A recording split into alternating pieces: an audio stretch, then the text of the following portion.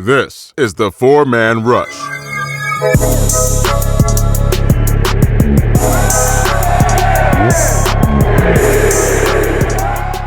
Hello, Panther fans, and welcome to another podcast of the Four-Man Rush.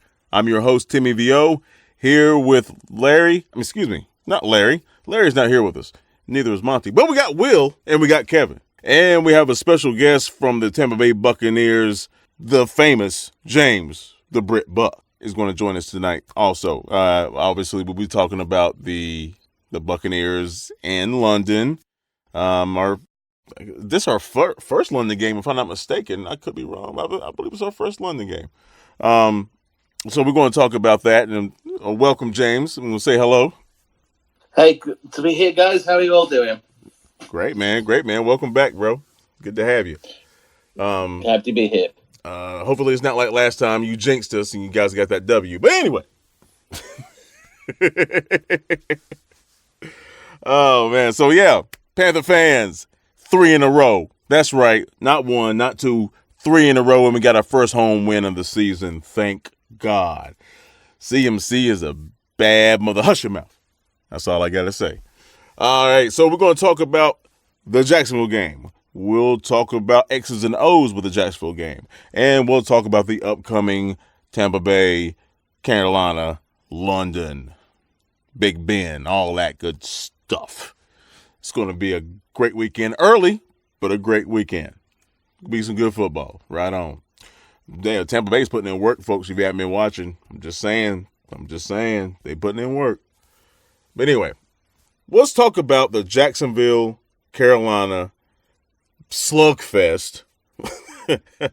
Boy, they put up a lot of yards on our defense. Even though our defense, they showed up. Don't get me wrong. You know, defensive touchdowns are always a wonderful thing, but man, we almost gave up 500 yards passing on against Jacksonville. So, let's start with the defensive side of the ball, in relation to Jacksonville, and when we'll circle back with the offensive side of the ball and dig a little deeper, if you don't mind, Panther Nation. Let's start with Kevin, and then we'll swing the wheel, and we'll go from there, folks. So, Kevin, defensive side of the football, good and bad, man. What'd you see, brother? Yeah, as far as what I liked from the defense side of the ball was both good and bad, was the fact that the Carolina Panthers defensive front was, for the most part, kept a lot of lane discipline and gap control responsibility. As we all know, Leonard Fournette was coming in hot. He had just blistered the Denver Broncos the week before with 28 carries for 225 yards. And one of those runs being a long 83-yard run that pretty much sealed the deal for them in their comeback win at Denver. I believe they won something to the tune of 26-24. So Leonard Fournette was coming in hot. You know, Minshew mania and all that stuff was, you know, all the hype that was coming in with Jacksonville. And like we had said on the last podcast, we be damned if you come into our house and beat us playing our style of ball. So for the most part, Panthers defensive line, from a good standpoint, they kept the running game in check mostly for the afternoon. As we all know, they did give up a big run to Fournette. I mean, but you know, a guy as talented as he is, it's going to happen. But overall, the Jacksonville Jaguars ran the ball 31 times for 149 yards, and with Leonard Fournette, with his particular stuff, he had 108, and of that 108, 48 came on one long run. So you take that away, that's 22 carries for 60 yards. So as typical with our Panthers defense this year, at a time and just give up 1 or 2 big runs that just really inflates the average from the overall good day's work. As far as the bad goes for the defensive side of the ball, when it came to Gardner Minshew in the pocket, it seems like we could never watch him dance around and just buy himself just enough time to hit open receivers who were taking advantage of Dante Jackson not being in the secondary. It was clearly obvious that we had missed him. I think that moving forward, though, with the healthy Dante Jackson, we won't have to put so much stress and strain on Ross Cockrell to deal with elite speed guys like that. As we all know, Cockrell is largely a zone cornerback, and we asked him to play a lot of man responsibilities, and that's why a lot of big plays was given up. So it was a mixed bag, but overall, I would give the edge to good play in spite of the yardage, because when the moment came, the defense stepped up and they grabbed momentum, and they also closed the door as well. Spot on. Will, what did you think, man? I think you got to give credit to Jacksonville. Look at the speed they have at wide receiver. We kind of struggle to match up with them, and that's pretty much the reason why we drafted Dante Jackson last year to match up with team speed wide receivers. I thought Gardner Minshew did a good job of show good pocket mobility, was able to evade the pass rush and buy time. And then their receivers were just able to beat our guys one-on-one. I mean, what more can you say about DJ Chark? I mean, whether it was Ross Cockrell, he was beating him one-on-one. He had the catch down, beautiful catch down near the goal line against James Bradbury. Yeah, I mean, Bradbury, what more could Bradbury do in that case? It was just a good ball from Minshew. Yeah, it was. And DJ Chark just showed great body control and made a play at the goal line. So those are the types of plays the defense is forcing the offense to make. I think it is what it is. You're going to win some, you lose some. But I think at the end of the day, we made plays that needed to be made. It was a 66-yard fumble recovery TD. That was the difference in the ball game. That touchdown from Brian Burns. And you watch Mario Addison on that play. I just like how Ron Rivera's mixing up his D-line packages. He's got 3 edge rushers on the field at once and moves Mario Addison inside to be that stand-up 3 technique. And he's one-on-one with Andrew Norwell, just gets that low pad level against him, gets a good leverage, just drives him right into Minshew, forcing the fumble and allowing Burns to pick it up and return it. So I think, we got a playmaking defense is what you like to see. But overall, you like to see the yardage totals come down a bit, but I think it was overall a solid performance. They did what they had to do and made the plays they needed to make for us to get the W. Indeed, man. The safety play was pretty good too, I have to admit. Ed Reid was filling up that box very well against Fournette, man. I think a lesser individual would have not been able to stop Fournette on those tackles, man. He was holding it down there. I would like to see Trey. I know Trey ain't gonna change, man, but that diving at the ankle stuff, bro. Come on, man. He killing me with that stuff, man. He wants to tackle that grass bad, boy. I tell you, he wants to tackle that grass bad. Yeah, I haven't looked at PFF grades or anything like that, but just from the eye test, I think this was probably Eric Reid's best game as a Carolina Panther. He was solid throughout. He filled the box very well. He was solid in coverage, made plays like that. He did.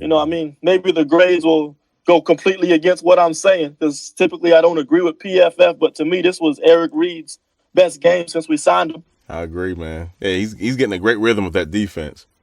He really is. It's amazing. And just to add in about Eric Reid, he had a Panthers career high of 10 tackles against Jacksonville. His stat line is looking at 10 tackles, 5 which were solo. He broke up 2 passes and had another fumble recovery. He currently has 3 fumble recoveries, which is leading the team as well. So, awesome. As we all stated last year, all this man needed was a full off season here at Carolina, get his family situated, get really into the Ron Rivera playbook. And, he's putting in work. He's in the box. He's dropping deep. He's getting to the point where he's making plays. Yeah, he has a couple of plays where he take a couple of bad angles or doesn't always get a full wraparound. I mean, it's the NFL. It happens. Rarely will a player have picture perfect form on every tackle. Yeah. Overall, man, 10 tackles from Eric Reid is a very good day. Usually when your safety has 10 tackles, it's typically, may not be a good thing, but with as much as we played him in the box with Leonard Fournette in town, as I stated, take away that 48-yard run, and that was, 22 carries for 60 yards. So, Reid had a lot to do with the limiting the damage by Leonard Fournette. So, offensive side of the ball. It goes without saying. Somebody, bruh, leave CMC alone, people. If you were listening to this podcast, we'll talk about the offense. But if you're listening to this podcast and you have one of your fellow Panther fans say something to the effect that Christian McCaffrey might not be able to do X, Y, or Z on the football field, you need to look them in the eye and say bullshit, because that boy can do whatever he wants to do on that football field. It don't matter. The stats don't lie, people. Now, it scared the bejesus out of me when he caught that cramp in his back. That bothered me, but wow, this kid's amazing. This kid's amazing. But that's all I have to say. Let's talk about the offense. Will, let's start with you on the offense, man. What did you see on offensive side of the ball? I mean, what else can you say about CMC? I mean, to me, he did this in college. When he came out of college, he broke Barry Sanders' all-purpose yardage record. That's true. He's the all-time leader in yards in NCAA. So I won't say I'm in awe of what he's doing right now. This is the player I expected him to be coming out. I mean, if the best criticism you can come up with is he's short, then he's doing something right. So I think it's more about he's proving his doubters wrong rather than me being surprised or in awe of what he was doing. This is the player I knew he was, and I'm sure we haven't even seen the best of him yet. Trust me on that. Yep. As far as the offense, that's what we got to do with Cam out. We got to run the offense through Christian McCaffrey, and I think we're just seeing Norv Turner design an offense specifically from McCaffrey as opposed to Cam. Just the power run schemes that he's running, the pull-in linemen, the traps, the power plays, the zone plays, just a good overall mixture of zone and power concepts to get McCaffrey going. And it's just a good, effort. I think offensive line, McCaffrey is a guy, when the offensive line does their job and everyone gets a body on somebody, McCaffrey can go 70, 80 yards and take it to the house. Yep. But what separates him from everybody else is a play that's supposed to go for -1 yard is going to go for 3 yards. If it's 3rd and 8 and a 2-yard check down pass, it's supposed to go for 2 yards. McCaffrey will make guys miss and make it to an 8-yard gain and move the sticks. Mm-hmm. These are just the things he does that just help keep this offense moving. So we just have to keep running the offense through Christian McCaffrey while Cam's out, and I think everything will speak for itself. He's going to be the key for us to continue to win games without Cam. As far as the rest of the offense, Kyle Allen, I think he's starting to turn into the pumpkin, so to speak. He was a princess, started out as a princess, but he kind of turned into a pumpkin now. He let a couple balls get away from him. Yeah, he did. I felt, his pocket presence, needs a lot of work. You're starting to see his inexperience back there. The fumbles are becoming a concern. Yeah. I still respect how he's able to remain poised despite these mistakes. It's true. But, against better teams, and Jacksonville's a good team, don't get me wrong. But, as we move into the tough part of our schedule, we just can't afford these slip-ups. We just need better execution from that position. I think DJ Moore is quietly having an underrated year. Yeah. I mean, he's on pace for 1,000 yards. CMC's getting all the attention, but, I think if he wasn't having his all-world season, DJ would be more of the focus. So I think he's becoming a consistent, reliable target on the outside. Mm-hmm. So, I think offense, can be so much better. I think once we get Cam back, we'll finally see the offense hit its ceiling and fulfill its potential. So that's one thing I'm excited about, so we'll see how that goes. I can't wait to see that. The RPO with a healthy Cam and Christian McCaffrey at this level, please. Kevin, what did you see in the trenches, man? And give us your overall view of the offense, please. Well, as far as the trench play goes, you saw once again, just like on the defense, you saw a mixed bag. Obviously, the bag is going to lean on the good side because anytime your offensive line can help a running back, help your running game get over 285 yards from a run blocking point of view, hey, like my coach used to say, that's what you call getting a hat in a hat. And that's definitely what the Panthers offensive line was doing. Just looking at the fact that the Panthers made it known post-game that they was having so much success with one particular play that they ran it over and over and over, and even some of the Jaguar players knew it and still couldn't stop it. That type of mind frame, it was what they call a middle zone run. It's what McCaffrey got loose on a couple times for his touchdown and another long run. And it's also the same play that Bonifant used when he broke his touchdown run. So whatever this middle zone is, I'm going to have to, since the all 22 just came out today, going to have to check that out and put that one in the stash, because it's something when your opponent know what's coming and they still can't stop it. Can't touch it. So, hats off to offensive line John Masco for getting this unit ready, because we're talking about a unit that's had Dennis Daly starting his NFL debut at left tackle. Dennis Daly was the 6th-round draft pick out of South Carolina. Not much was expected by him by Panthers fans when he was drafted. Was considered a project depth bench player. But when I went down to training camp and saw him, I saw that, this guy has some toughness, some nasty to him, and some aggression. He just got to get, just got to get developed. And personally, I think Dennis Daly can be a staple of this offense, for years to come, along with Greg Little, who he was replacing at left tackle, who was out with concussion protocol.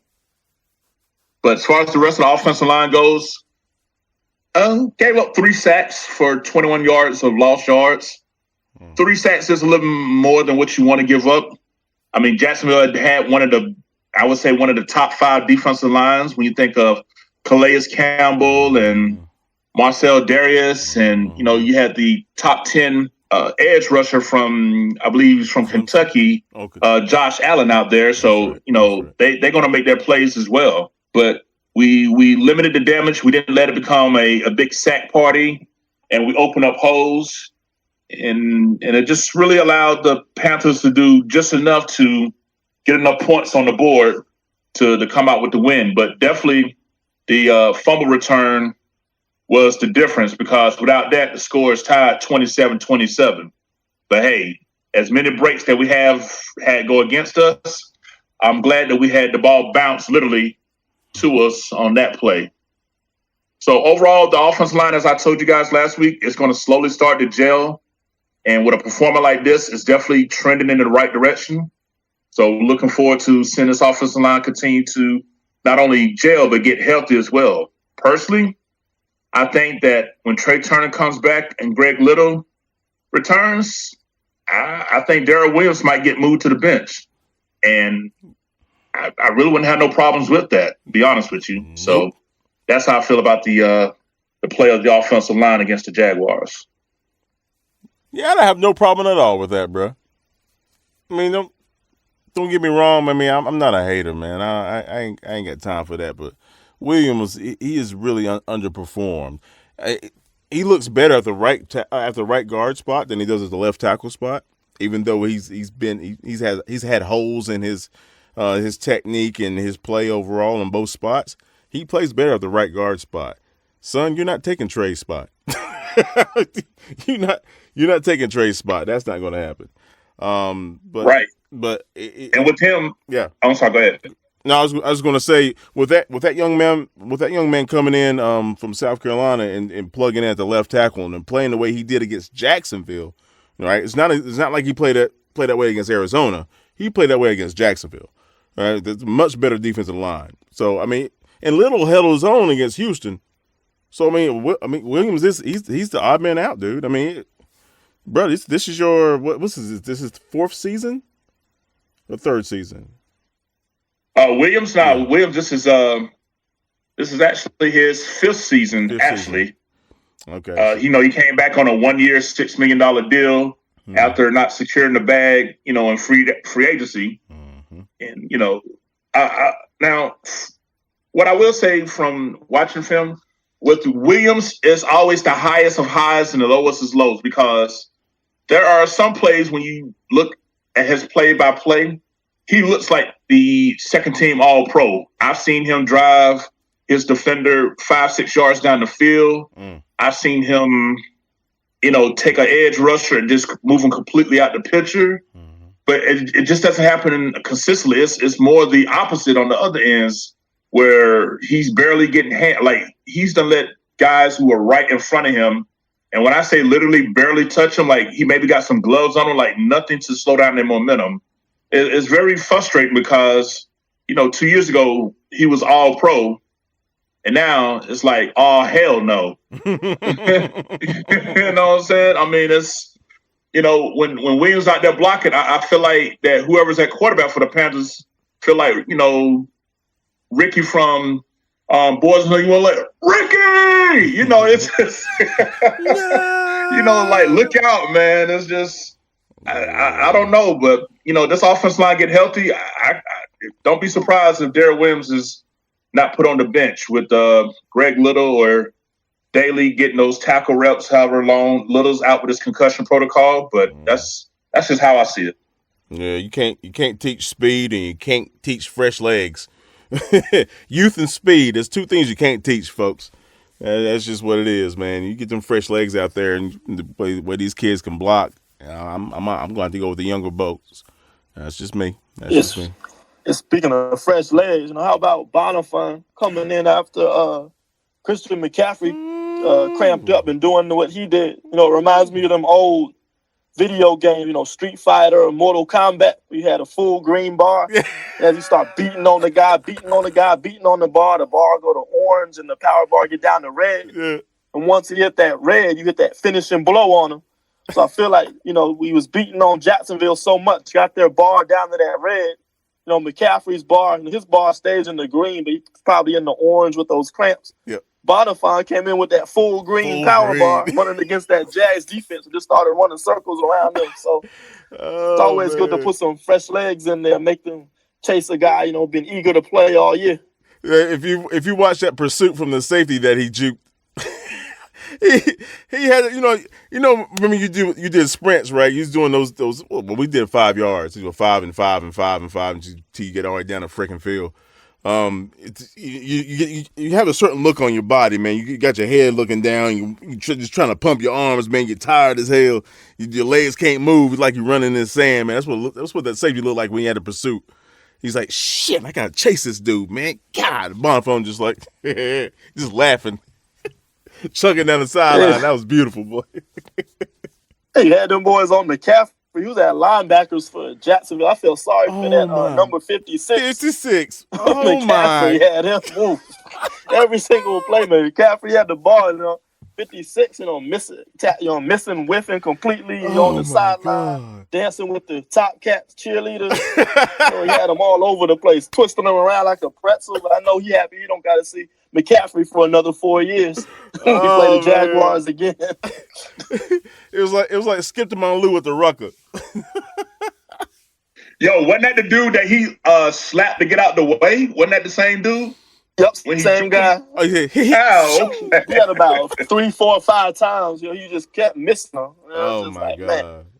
And even Miles Jack, who's a very good linebacker, they tried to man cover him with McCaffrey one-on-one in the red zone. Is that number 44? The teams continuously try to man cover this guy with a linebacker. Kyle Allen knew right away. That's where I'm going with the football. Was that number 44? Yeah, Miles Jack. Yeah. He did him wrong, and that he faked like he was going to do he's going to go to the flat, but he came back in the center of the field for that touchdown. Oof. Yeah. Oof. He just grabbed him by the shoestrings. And that safety y'all talking about on Bonifant, that was what's his name? Harrison out of Alabama. Or was it Reggie? Yeah, the one that a lot of he was hurt. It was the backup guy, because I saw him chasing McCaffrey too. Quincy Wilson. So Harrison didn't play? I think Ronnie got hurt midway through the game, so they were down to their second string. Shit, he sure safety, did. because I was wondering why we wasn't trying to go vertical on him on that backup safety. Mm-hmm. Man, that's right. He did get banged up. I forgot about that. Man, and Samuel did he have a decent game, or he was kind of quiet in that game? It seemed like. He had a nice little mix. I mean, his stat line. I mean, he got the ball 5 times, 2 2 runs for 25 yards. We had him on some jet sweep action. Yep. And very pedestrian. I ain't gonna say pedestrian. 3 catches for 19 yards. His longest catch was for 7 yards. So, Mr. Allen. I mean, he only had 17 completions for $181, and Greg Olsen had no catches. Zero. Zilch. So DJ Moore was targeted 8 times, 6 catches, 91 yards. McCaffrey was targeted 9 times, 6 catches, 61 yards. Curtis Samuel was targeted 6 times for 3 catches, as I stated. And, Jarius White, 1 catch for 6 yards. Alex Armour, 1 catch for 4 yards. And that was it. That was the passing attack, folks, right there. So everything else is on the ground. That's amazing. Bro. Yeah. But like Will have said, it's good that we're learning to win in different variety types of ways. I mean, he can expound on that more if you like, but it's just good that, we're finding ways to win differently instead of finding ways to lose, which we have done in our recent history with this team. So, whether it's a shootout or whether it's a slugfest, with this current 3-game winning streak, we're showing that we are able to, like I say, will ourselves to victory instead of fall on the face of defeat. Absolutely, man. And we're going to need to find out a way on how to do that in good old jolly England this Sunday morning. Yes, Sunday morning, folks. 9:30 a.m. kickoff, if I'm not mistaken. NFL Network only. Oh, man, come on, man. So, speaking of Sunday morning, playing the Buccaneers, all right, second game against the BUCS. We won't see these guys again. Who knows? Might be in playoffs, might be next year. Who knows? But this will be our second meeting with the Buccaneers. And we have a guest with us tonight, the Brit Buc himself, James the Brit Buc. And he's going to give us a breakdown on Tampa Bay, what they've done up to this point. Just a quick overlap of that. And he'll talk about injuries and all the background for the Buccaneers coming to this game. What's up, James? Hey, Tim, I'm good. How are you doing? Good, man. Enlighten us, please, sir. Yeah, so obviously you mentioned that the Carolina Panthers are on a red-hot streak at the moment.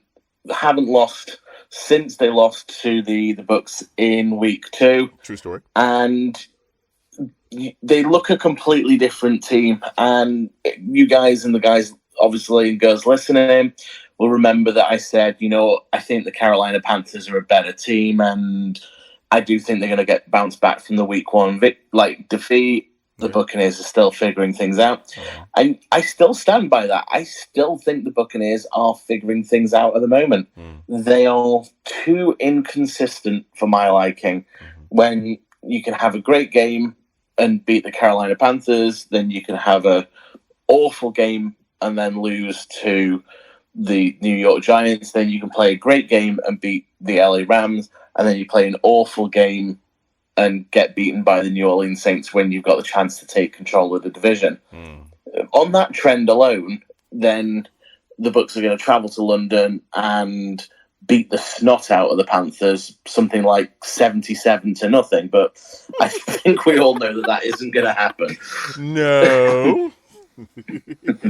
It's there's a lot of change going on with the Buccaneers right now with injuries.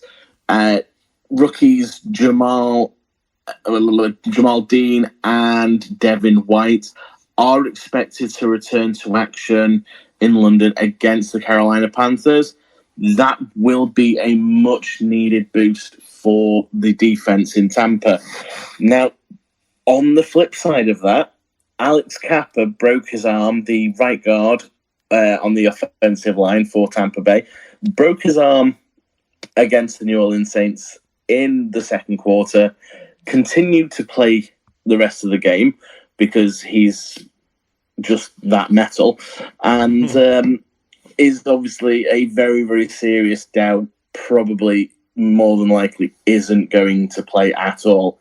So there's going to be change on the offensive line as well. As you said there, Tim, it's an early kickoff.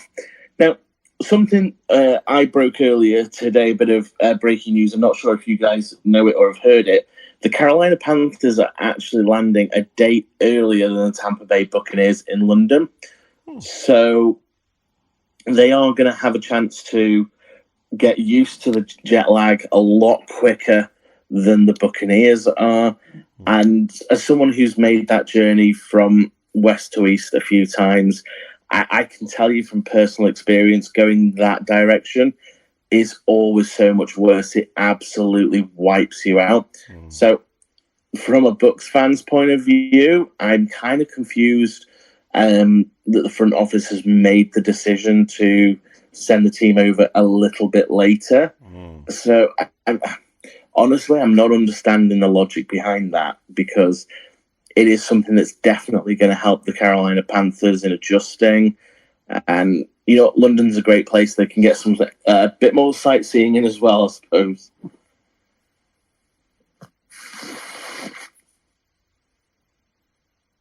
You there, James? Yeah. Sorry, I think I hit the mute there. Sorry. So we're gonna edit that bit through. So yeah, obviously, yeah. I'm all good. Okay. So obviously, the facilities that the teams are being offered in London are actually top-notch facilities. They're mostly operated by like Premier League level soccer clubs. So they've got the best of facilities, the best of everything really on offer to them. And you know what? I can't wait for this game. I think it is going to be a chance for the Buccaneers to sort out some problems that they've had. They definitely have issues with the secondary and the defensive backs buying into this new scheme. And as we've all seen, and this is, you know what? Please forgive me as I'm going to go on a little bit of a rant here. Uh-oh. Now, obviously, when you look at the Buccaneers being ranked as one of, like, I think they're not number one anymore, but at one point they were the number one rushing team. We could turn around and go, you know what, Saquon Barkley, Christian McCaffrey, Alvin Kamara, you name the top tier running back, and they've been held to less than 100 yards. It's not because the Bucs defense has been that good. It's because the pass defense has been that bad. I know you guys were earlier talking about saying that, you know, they keep doing the same thing over and over, and the Jacksonville Jaguars were not able to stop the Panthers, even though they knew what was coming. That's exactly what's happening with the Bucs right now. Teams know that they can pass on the Bucs at will, and they are doing it. There is absolutely no need to run the football when you can pass the ball for 10 to 20 yards a time. It's not rocket science. When you have a pass defense as poor as the Buccaneers, it is going to cause problems. But it's going to skew stats as well, because teams are going to be more likely to pass the ball when they know that they can do that. That's what's also helping the Buccaneers pass rush, because when a quarterback is dropping back 30 to 40 times in a game, you get more opportunities to run the passer. Simple mathematics dictates that you're going to get there a couple of times a game.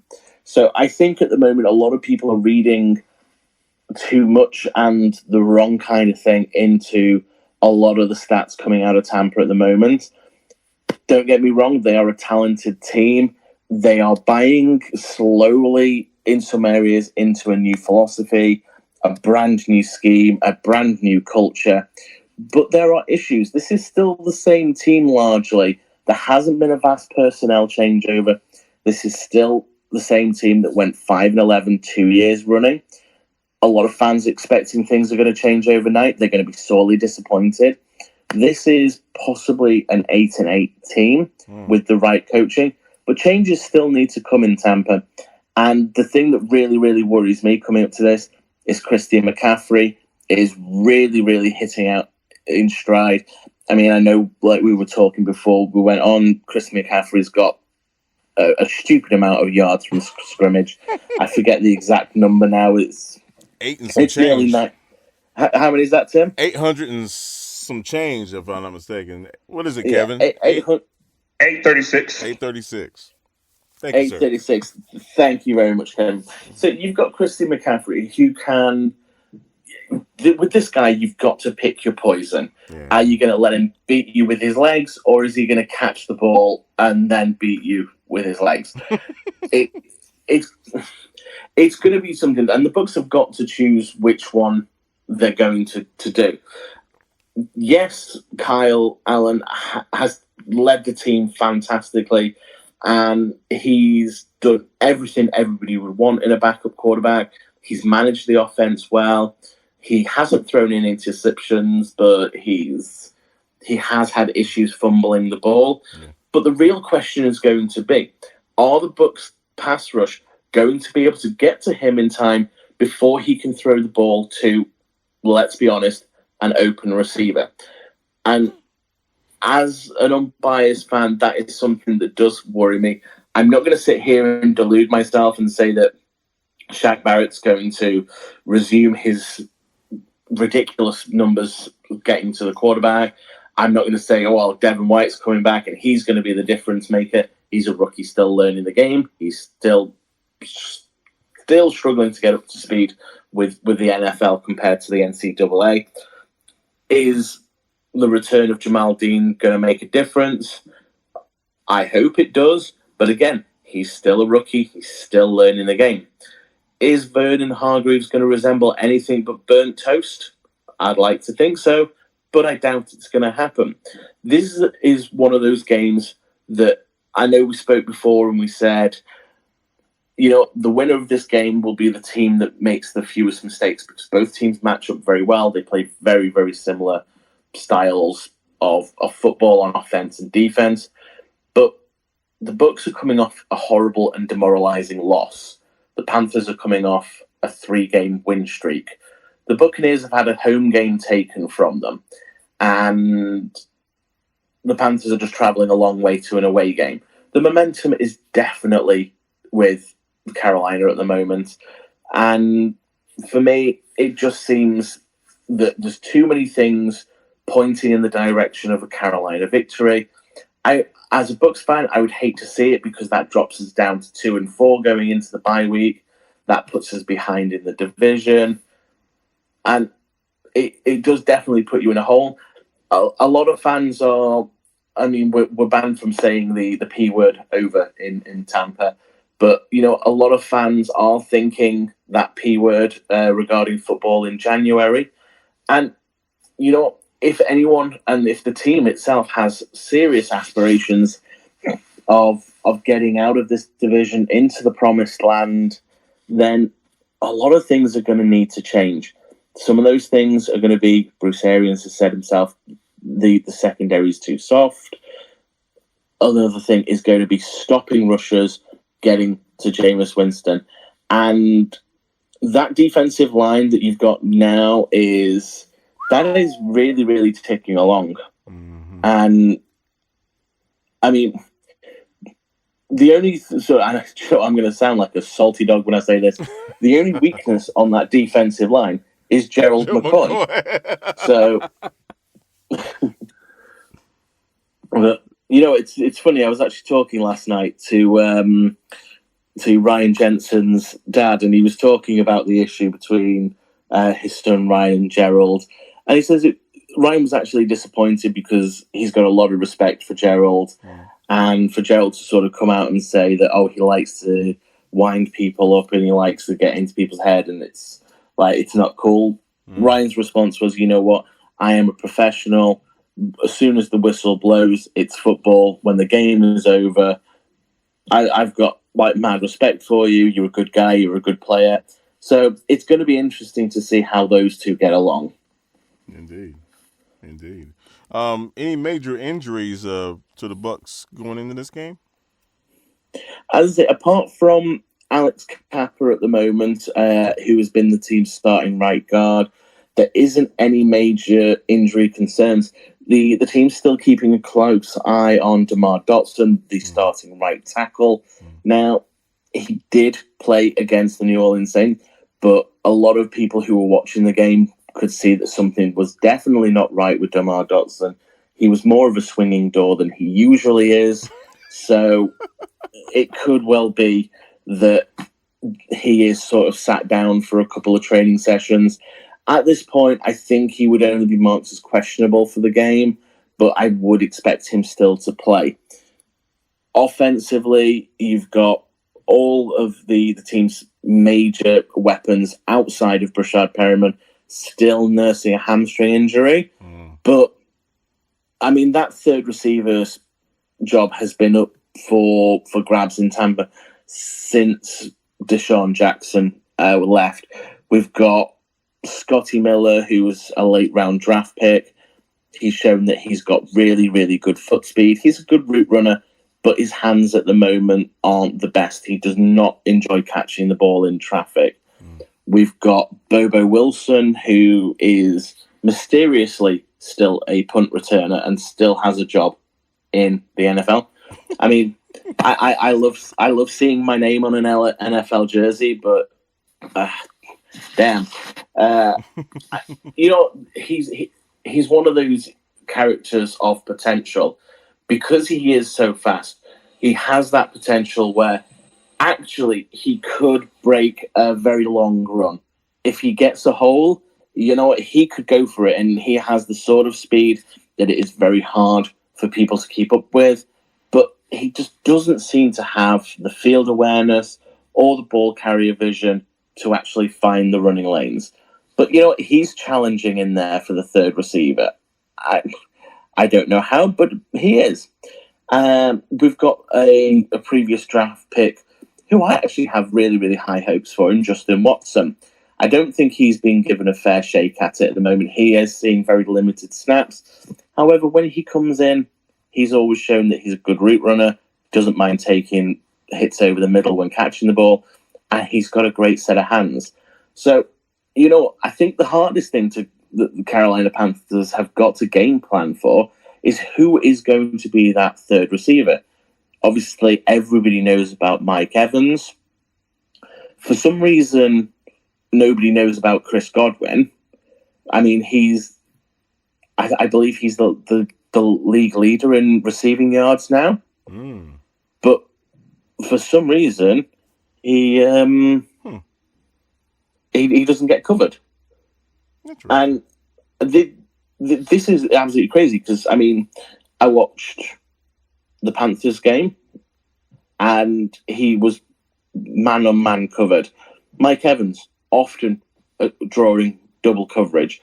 As we talked about before the game last time around, we did say Mike Evans was one of the Bucs' leading weapons and expects him to get a lot of attention from the Panthers defense. And he got it. Went to the Giants and he got a lot of attention in that game. And he was double and triple covered at times, but he still actually had a good game. He had a lot of receptions. He was able to find holes in that coverage. Chris Godwin, still one-on-one matchups. And I did not understand it at all. Moving to the LA Rams game, again, it was single coverage. And again, against the Saints, it was single coverage. At the moment, all the attention seems to be passed on to Mike Evans. And it's great. You can stop Mike Evans. Last week, he was held to no catches at all. Just 3 targets. I don't know whether he'd upset Jameis before. I think the offensive line had been upset by Jameis with the message they were sending him, but that's another story. But Chris Godwin, again, single covered. And he had another absolute field day. He's getting sort of career high numbers on a weekly basis because teams are not covering him. So I think one of the big changes I would expect, we're now at week 6. So there is tape out there on all the teams and all the players. I would expect Chris Godwin now to receive a lot more attention than he has been by defensive coordinators. Another potential confusion, really, is going to be who is the starting running back for the Tampa Bay Buccaneers. Peyton Barber is officially the starter, but he often struggles with running the ball because he's not a great running back. And then Ronald Jones takes over, who does run the ball very, very confidently, gets good yards, he's good catching the ball out of the backfield. Pass blocking does still need improvement, but he is night and day from the player he was last year when he was first drafted and he was considered a bust. So, I mean, who is it that you game plan for? Because, yes, the Bucs have a lot of weapons on that offense. We saw against the Rams that they are capable of doing a lot of damage to defenses. Not everybody hangs up 55 points on the LA Rams. But you've got to keep Jameis Winston off the ground. You've got to give him a clear pocket to work with. And the way that the New Orleans Saints went after that offensive line, it was, I mean, I am a diehard Bucs fan. I bleed pewter and red. But I was embarrassed by some of what was going on. At times, a two-man rush was getting to Jameis Winston. Stop. Not sending an extra blitzer. Not, you know what, someone just fell over. There was a breakdown. Sometimes a two-man rush got to Jameis Winston, and you had 9 guys dropping back into coverage. Oh, my God. It's like, you know what is going to happen against the Panthers? Is Jameis going to spend the entire game on his ass? It is something that is worrying. And yes, I know the offensive line coped really, really well in the first game. Division games, you know what, they don't hold up to form. But come on. I even said this. I said I was speaking last night to Dean Jensen, and one of the things I did say to him is, and I said, I'll be honest with you, I've always said this, I will always stand by what I say, unless someone can change my mind, and if they're right, I'll admit that I was wrong and they were right. But so far, I've been proven absolutely right, that this offensive line in Tampa Bay will be the Achilles heel of the team. If they have a good game, then you know what? Opposing defenses need to watch out because they are about to be on the end of a whooping. If they have a bad game, then, oh boy, all bets are off. Interesting. Kevin, Will, you guys have any questions for James?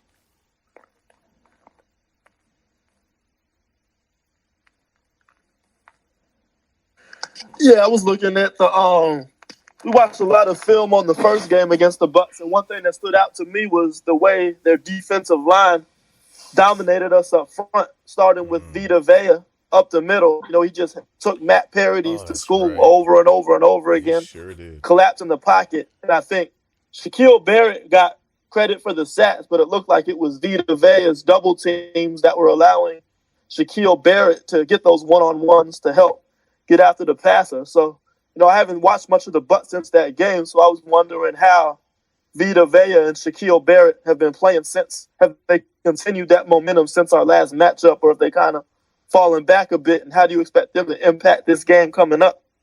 Mm-hmm. I mean, Vita Vea is one of the unsung heroes of the defensive line. He is the anchor point of the 3-man defensive line. And he is, as well as, of course, he's got Ndamukong Suh right next to him as well. And Will Golson is having, quietly, actually, a very, very successful year. But Vita Vea was drafted to be a bulldozer, someone who moves people out of the way, who clogs up holes.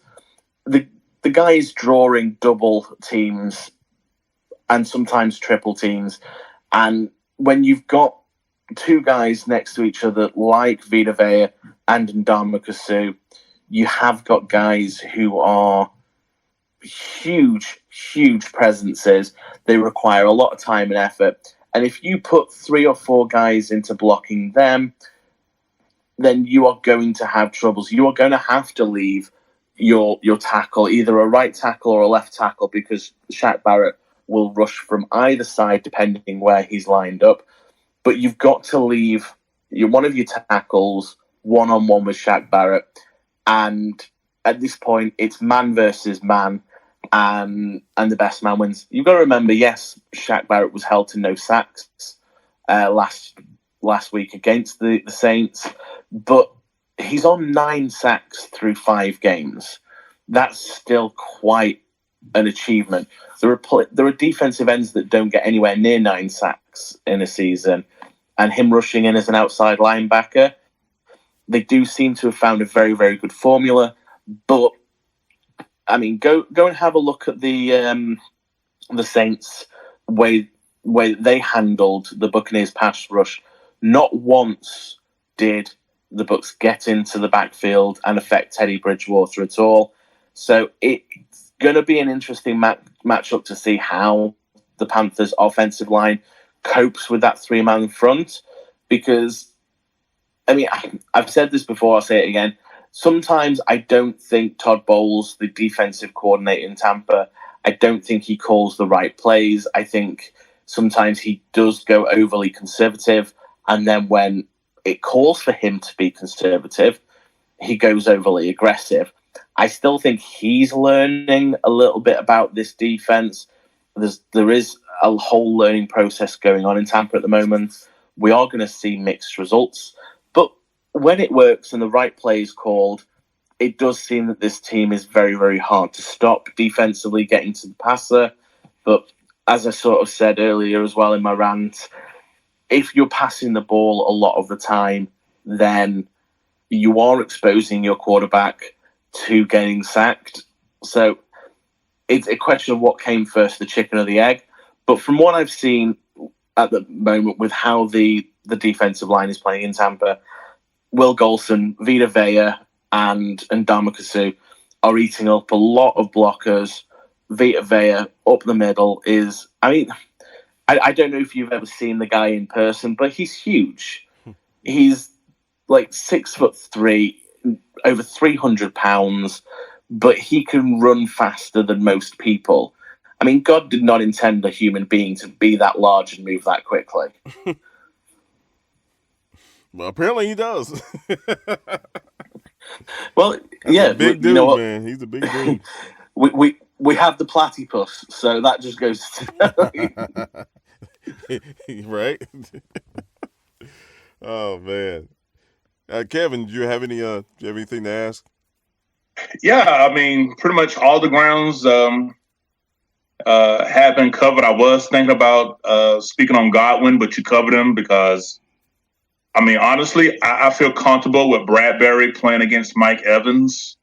But finding someone to match up against Godwin was pretty much my top concern for the Panthers defense. I mean, we're talking about someone that's a very silky smooth route runner and sure hands. Yeah, he's definitely someone that, you know, for me, I can't remember his stats when he played us, but yeah, he did a number up on us as well. So, but that Godwin was already covered. For me, this game is personal. I know you're not supposed to take games personal, but I was there that Thursday night game, and you know, I'm not going to discredit Tampa Bay. They came on the road on a Thursday night, which is rare, and they won a game. Hats off to them. But I feel like with a healthy quarterback, and James, you can, you know, speak on this or not, I almost hope y'all run the exact same defensive game plan this time around that you did back on that Thursday night game, because when we went back and looked over the film, and it was even mentioned on NFL Network, Curtis Samuel easily was supposed to have a 200-yard receiving game against you guys that Thursday night game, but because, you know, Cam couldn't plant his foot, and Shaq Barrett had Darryl Williams on skates all night, along with Vita Vea, you know, on Imperatus, which Will had covered. It was just like, it was just 1 second too late from Cam being able to fire off, and like you said, James exposed the Bucs secondary. So if all eyes are going to be on trying to stop McCaffrey and lead the one-on-one single coverage on the outside, I'm willing to place my money on Kyle Allen taking advantage of that with the ability to throw the ball the way that he can to split those matchups. But division rivalries, hey, y'all don't like us, we don't like y'all, but that's just how the cookie crumbles. This game is personal for me. One, you never want to be swept by anybody, especially your division rival. And two, that's just a bitter taste. Losing to Tampa is one thing. Losing to Tampa at home, which had not happened since 2012, was something else. So for me, this one's going to be personal. It's 9:30 Sunday morning. Man, I didn't realize that. Yeah, and Kevin, I think you've made some really, really good points there. Cam Newton was definitely injured. He wasn't playing his game at all. And it highlights one of the things I say when the Bucs secondary is very, very porous at the moment. Had Cam Newton been healthy, had he been able to find his receivers, it would have been a very, very different outcome to the game. Absolutely. I mean, I looked at the film breakdown, and believe it or not, I enjoyed watching your guys going over it. Actually, it was it was one of those games that we sort of we stole the win, and we got the hell out of Charlotte as quickly as possible before anybody realized that what had happened. The thing is with this Buccaneers defense is if it gets the opponent's offense on the back foot and on skates, it is very, very hard to come back from that, because they are getting in the quarterback's face. They're forcing him to make throws under pressure. If they're not accurate throws, then the defense is getting off the field very, very quickly. They're staying fresh so they can maintain the aggression. But if the quarterback, and Kyle Allen, yes, as I've said earlier, he has fumbling issues, but throwing the ball, he's absolutely brilliant at. If he can get that ball out before the pass rush gets to him, it is going to be a very, very difficult day for that Bucs defense. Expect them on the field for a long time. They're going to have to dial down the aggression, and we'll have to see what happens. But I don't know if they're going to sort of go the same way. They are certainly going to look to contain Christian McCaffrey, who is, as I said earlier, he's playing out of his mind. He is one of the obvious weapons for this Carolina offense. But you have to respect the fact that the Bucs outright are awful against backup quarterbacks. I'm not going to bring the stats up here, but it's embarrassing. You all can go and have a look for yourselves, because I'm not recounting that personal nightmare. But every time a backup quarterback plays against the Tampa Bay Buccaneers, we make the guy look like Tom Brady. It doesn't matter if he went out, fumbled the ball 5 times and threw 10 interceptions, and his only pass was to the back of his center's head, which he caught himself the previous week. He will come out, he will be an all-pro, Hall of Fame quarterback when he plays against the Buccaneers. I don't know what it is. It's not just this year. Historically, the Bucs have been absolutely terrible against backup quarterbacks. So, you know what? It is one of those weird little quirks that exist in the world of football. As a Bucs fan, I'm hoping that this is the week that we actually turn around and get our heads out of our pants and realise that it's just another dude who throws the football. But as I say, you have to respect what Kyle Allen can do with the football in his hands, as well as respecting the threat of Christian McCaffrey being either a check down, a designated receiver, or just straight running the ball at you. So I don't think the game plan is going to be the same. I think it is going to have to be, as strange as this is going to sound, they're going to have to be a lot more aggressive. This isn't a defense in Tampa that thrives on being conservative. It is all or nothing, no risk it, no biscuit, boom or bust. They will get straight after Kyle Allen. They will aim to have him down often and for deep sack yardage. So, in a nutshell, Panther fans and Bucs fans, if you're listening, we don't know what the hell's going to happen on Sunday morning. Kyle Allen could throw for 5 touchdowns, or our offensive line could struggle against that defensive front again, and then it could be a 13-10 kind of game. Who knows? Who knows? Christian McCaffrey could run for another 200, or have another 200 plus, total yards from scrimmage day, or Jameis Winston could have another throwing outing like he did against us last time. Who knows? That's why you watch the game, right? Right on. And that is on NFL Network, 9:30 a.m. Sunday. Hopefully you can find a way to enjoy the game and give it the old view. It should be a good game regardless, because this is a rivalry. Probably one of the best rivalries, I think, to be honest with you. But anyway, so you guys have any closing remarks before we get out of here? As always, I just want to thank all of the fans of the 4-Man Rush. I want to thank you for participating on us on all of our social media accounts. As always, catch us on Facebook, Twitter, definitely YouTube, Instagram. We just want to say, we don't take it for granted how you guys support us, how you interact with us, how you, challenge us to make sure we're, bring you that type of content with the detail and the credibility that it deserves. So I think I speak for all of us here with the 4-Man Rush that just want to, thank you guys, and we appreciate the support. Thank you for being patient with us. And we hope that what we share with you is making you proud and making us your number one source for insight and detail like nowhere else for the Carolina Panthers. Yeah, man.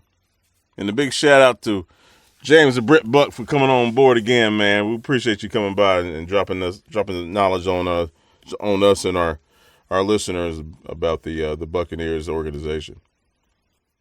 Appreciate it. Yeah, no, it's an absolute pleasure. I mean, I just want to say once again, I've had an absolute blast with you guys. I love what you're doing over here at the 4-Man Rush.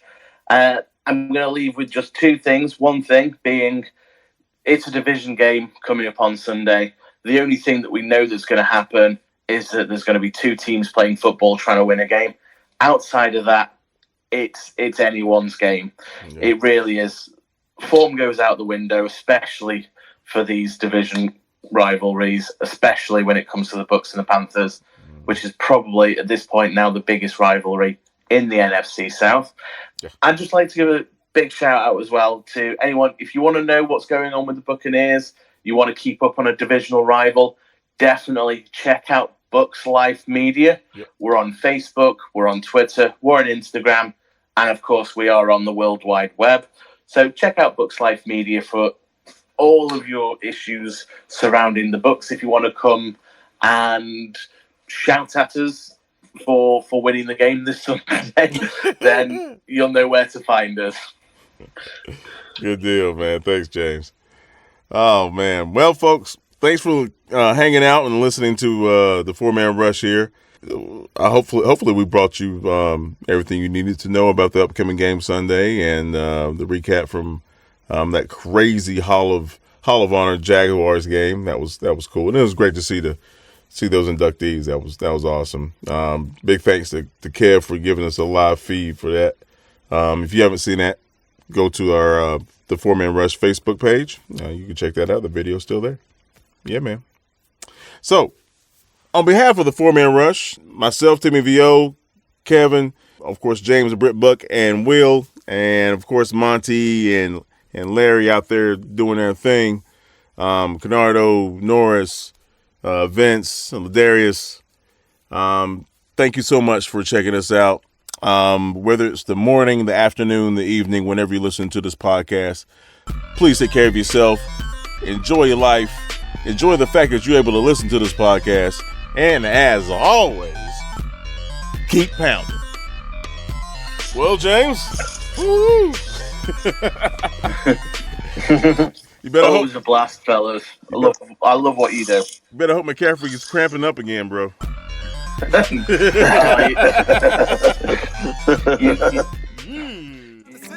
I'm just taking time to really let it breathe. So baby, just chill. Yeah.